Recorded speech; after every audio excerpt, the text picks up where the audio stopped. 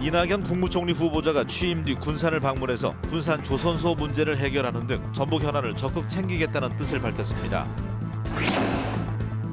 화학공장이 몰려있는 군산 산업단지에서 가스 유출 사고가 잇따라 발생해서 주민들의 불안감이 커지고 있습니다. 원룸에 사는 여성 1인 가구가 많지만 방범 설비가 제대로 갖춰지지 않아서 여성들이 불안에 떨고 있습니다. 전주시가 전주를 전통문화 특별시로 만들기로 한 가운데 특별법 제정이 최대 관건이 될 것으로 보입니다. 즐거운 저녁 시간 보내고 계십니까? JTBC 8시 뉴스입니다. 이낙연 국무총리 후보자가 취임 직후 군산을 방문해서 군산 조선소 문제를 해결하겠다는 입장을 밝혔습니다. 새만금 사업과 전북 혁신도시 활성화 등 전북의 다른 현안도 챙기겠다는 뜻을 전해왔습니다. 송창용 기자입니다. 이낙연 국무총리 후보자가 인사청문회가 끝나고 취임하면 곧바로 군산을 찾을 것으로 보입니다. 새 정부 고위 관계자에 따르면 이 후보자는 조만간 군산조선소를 직접 방문해 지역의 의견을 듣고 정부의 대책을 제시하겠다는 입장을 밝혔습니다. 또한 새만금 사업과 전북 혁신도시 등 전북의 다른 현안도 챙기겠다고 말했습니다. 이 후보자는 지난 10일 총리 지명 소감을 밝히는 자리에서 책임 총리 역할을 제대로 수행하겠다고 말해 이번 발언이 전북 현안 해결의 긍정적인 신호로 받아들여지고 있습니다. 여러 가지 행정 업무들은 각 부처가 장관의 책임 아래 수행하겠지만 총리가 들여다봐야 될 것은 이 후보자는 자신의 이러한 관심이 문재인 대통령의 뜻이기도 하다고 강조했습니다. 문 대통령이 호남에서도 소외되고 있는 전북을 특별히 챙길 것을 주문했다는 것입니다. 앞서 대선 기간 문 대통령은 공공선박 발주와 금융지원 확대로 군산조선소 정상화를 지원하겠다고 공약했습니다. 또한 새만금을 국가조도로 속도감 있게 개발하고 전북 혁신도시를 서울과 부산에 이은 제3의 금융도시로 육성하겠다고 약속했습니다. 대통령에 이어 국무총리 후보자까지 군산조선소 해결과 새만금 개발, 그리고 혁신도시 육성에 적극 나서기로 해 지역 현안 해결에 대한 기대감이 커지고 있습니다. JTBC 뉴스 송창용입니다. 화학 공장이 몰려있는 군산 산업단지에서 가스 유출 사고가 잇따르면서 주민들의 불안감이 커지고 있습니다. 주민들은 가스 유출 사고가 발생하면 신속히 대처할 화학 방제 재난센터를 수년째 요구하고 있지만 터덕거리고 있습니다. 김진영 기자입니다. 군산 지방산업단지입니다. 지난 7일 한 화학공장에서 냉각기 고장으로 유해가스 일부가 외부로 유출됐습니다. 이 사고로 인근 아파트 주민들은 두통과 메스껍, 어지러움 등 고통을 겪어야 했습니다. 두모범인가 박았는데 머리가 띵하고 막 어지러 버리더라고. 그러면서 이렇게 오바이트가 나오려고 하더라고. 그래서 얘 빨리 왜 문 닫아놔. 지난 2015년에도 근처의 다른 화학공장에서 유해가스가 유출돼 주민들이 중독 피해를 입는 등 사고가 잇따르고 있습니다. 군산은 산업단지를 중심으로 화학공장이 70여 곳에 이르러 유해가스 유출 사고의 위험이 높은 지역입니다. 가스 유출 사고가 잇따르지만 전문적으로 처리할 기관이 없어 40km 떨어진 익산에 있는 화학재난방지센터가 맡고 있습니다. 그러나 화학사고의 골든타임은 30분. 익산에서 군산까지 1시간가량 소요돼 제때 처리하기에 한계가 있습니다. 이 때문에 2년 전부터 군산에 화학재난방지센터가 추진되고 있지만 아직까지 아무런 진전을 보지 못하고 있습니다. 재난센터를 만들어달라고는 여러 시군이 얘기하지만 전산실만 해준다는 것은 환경부에서나 소망청도 난색을 표하죠. 무방비 상태에서 빈번한 가스 유출 사고에 노출된 군산 산업단지 주변 주민들이 불안감에 떨며 하루하루를 보내고 있습니다. JTBC 뉴스 김진영입니다. 나홀로 사는 1인 가구가 늘어나고 있습니다. 특히 전북에는 원룸에 사는 여성 1인 가구가 많은데요. 방범 설비가 제대로 갖춰지지 않아서 여성들이 불안에 떨고 있습니다. 나금동 기자입니다. 원룸을 돌며 상습적으로 금품을 훔친 혐의로 가스배관을 타고 원룸에 침입해 여성을 성폭행한 혐의로 방범이 취약한 원룸은 성범죄자들과 절도범들의 표적입니다. 밖으로 드러난 가스 배관은 이들의 주된 침입로입니다. 전주 시내의 한 원룸촌입니다. 보시는 것처럼 가스 배관이 겉으로 훤히 노출돼 있습니다. 제가 한번 올라가 보겠습니다. 이처럼 성인이 마음만 먹으면 쉽게 올라갈 수 있습니다. 전북의 1인 가구는 21만 3천 가구, 전국 평균보다 높은 30.4%를 차지하고 있습니다. 특히 1인 가구 가운데 나홀로 사는 여성은 10곳 중 7가구로 대부분 원룸에 살고 있습니다. 네, 불안하죠. 여름 같을 때는 또 잘 때 창문 열고 자고 싶은데 방범창도 없고 해가지고 좀 누가 들어올까 무섭기도 해요. 원룸의 방범시설이 취약한 이유는 미비한 법 규정 때문입니다. 500세대 미만의 다세대 주택은 범죄 예방을 위한 건축 설계가 의무 규정이 아니기 때문입니다. 원룸 주인들이 자발적으로 방범시설을 설치하지 않는 한 강제할 방법이 없는 겁니다. 관련법이 정비되지 않고 건물주가 뒷짐만 지는 사이 원룸에 사는 나홀로 여성들만 불안에 떨고 있습니다. JTB 뉴스 나금동입니다.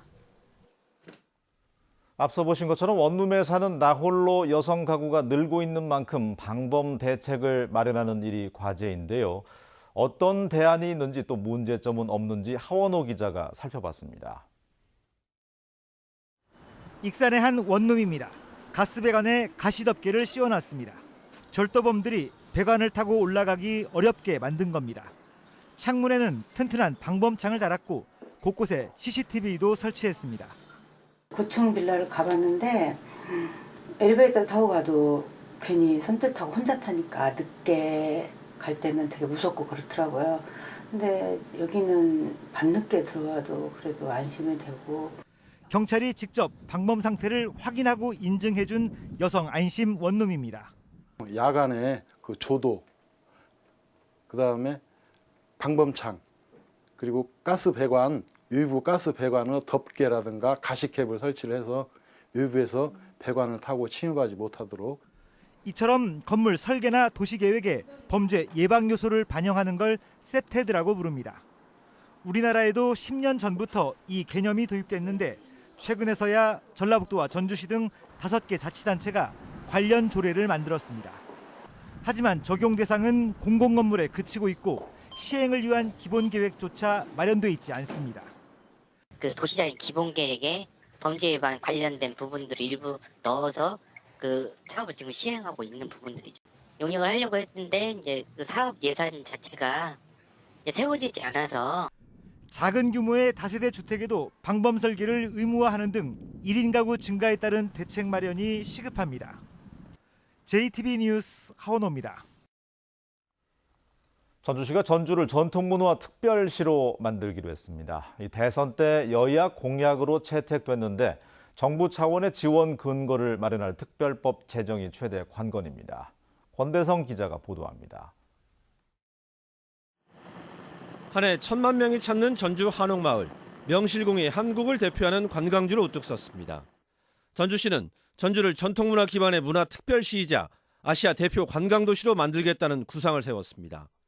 첨단 기술이 결합한 테마파크 등을 조성해 전북의 성장을 이끌고 국가적 브랜드로 거듭나겠다는 겁니다. 관건은 정책과 예산 등 정부 차원의 뒷받침입니다. 전주는 지난 2006년에 전통문화 중심도시로 지정됐습니다. 하지만 정부 지원 근거가 미흡해 세계적인 문화도시로 성장하는 데는 한계가 있었다는 게 전주시의 판단입니다. 지금껏 정부가 지원한 예산은 420억 원. 아시아 문화중심도시 특별법으로 광주에 최근 9년간 9천억 원이 지원된 것과 대조적입니다. 전주시가 이른바 전주문화특별시 특별법 제정을 들고 나온 이유입니다. 특별법 제정을 통해 정부의 체계적이고 안정적인 지원 시스템을 마련하여 글로벌 문화도시로 도약할 수 있도록 적극 추진하겠습니다. 특별법 제정은 대선 때 대통령 공약으로 채택돼 가능성이 높아졌습니다. 다만 광주 아시아 문화중심도시 특별법 개정과 사업기간 연장도 공약으로 반영돼 대비가 필요합니다. 법안 발의 과정과 정책 우선순위를 두고 경쟁 가능성이 있는 만큼 차별화 방안 등 철저한 대응과 전략이 요구됩니다. JTB 뉴스 권대성입니다. 국민의당 원내대표와 정책위의장 선거가 오는 16일 열리지만 전북 출신 의원들끼리도 사전 조율이 안 돼서 진통이 예상됩니다. 국민의당의 전북 의원들은 대선 이튿날인 지난 10일 간담회를 갖고 새 지도부에 적극 참여해서 당내의 영향력을 높이기로 뜻을 모았지만 원내대표 선거에서 유성엽, 김관영 의원이 서로 경쟁을 벌이고 이용호 의원까지 광주 출신 김동철 의원의 러닝메이트로 정책위의장에 출마하면서 도내 의원들의 표 분산이 우려됩니다. 국민의당은 모두 40명의 의원 가운데 전북 지역구 출신 의원만 7명이나 되지만 지난해에도 당 지도부에 입성하지 못해서 제 목소리를 내지 못했다는 비판을 받아왔습니다. 삼성의 사만금 투자 포기 이유를 따지는 전북도의회 조사특별위원회가 다음 달 2일에 김완주 전 지사와 당시 행정부지사였던 정헌율 익산시장을 증인으로 불러서 조사합니다. 특위는 김광휘 당시 환경녹지국장과 노홍석 당시 기획관을 상대로 기초조사를 마쳤다며 김완주 전 지사와 정헌율 익산시장에게 다음 달 2일 출석을 요구했습니다. 특위는 이들을 상대로 MOU 체결 배경과 진행 상황 그리고 문제점을 따질 계획이지만 만약 출석을 거부할 경우 500만 원의 과태료를 부과하기로 했습니다. 전북 혁신도시의 인구가 2년 만에 2배 가까이 늘면서 3만 명에 육박하고 있습니다. 지난 3월 말 기준 전북 혁신도시의 인구는 모두 29,131명으로 2년 전인 2015년 초 15,613명에 비해서 2배 가까이가 늘어났습니다.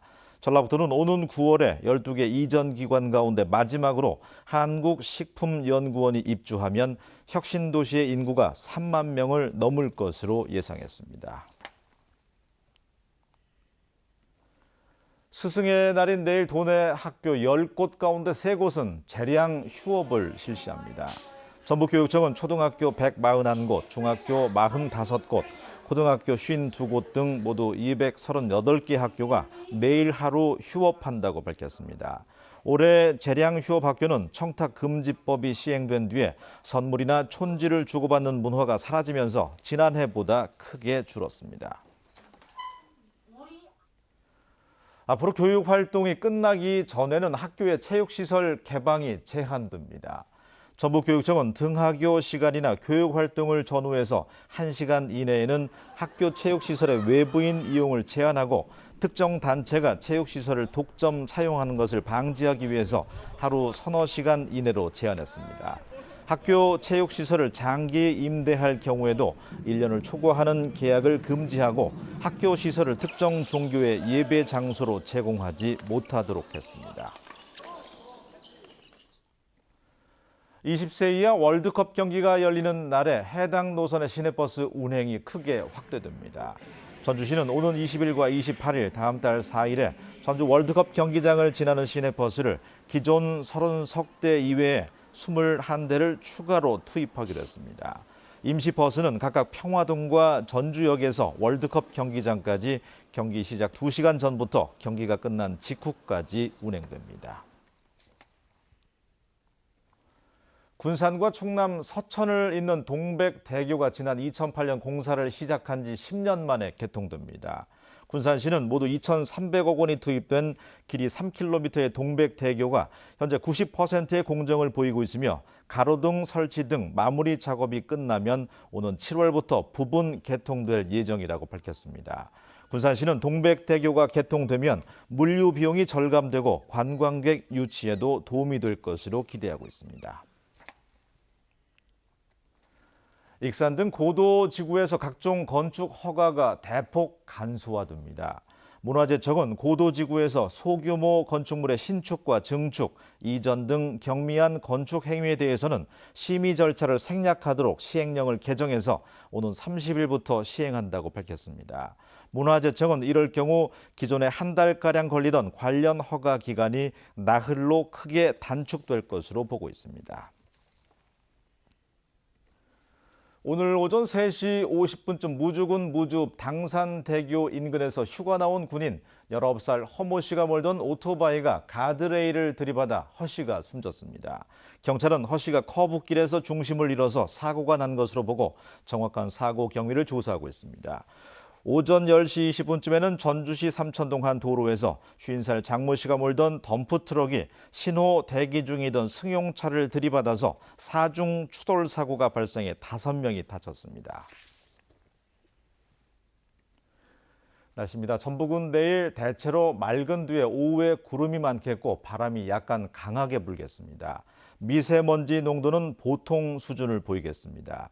내일 아침 최저 기온은 6도에서 12도, 낮 최고 기온은 18도에서 21도로 오늘보다 2도가량이 낮아서 선선하겠습니다.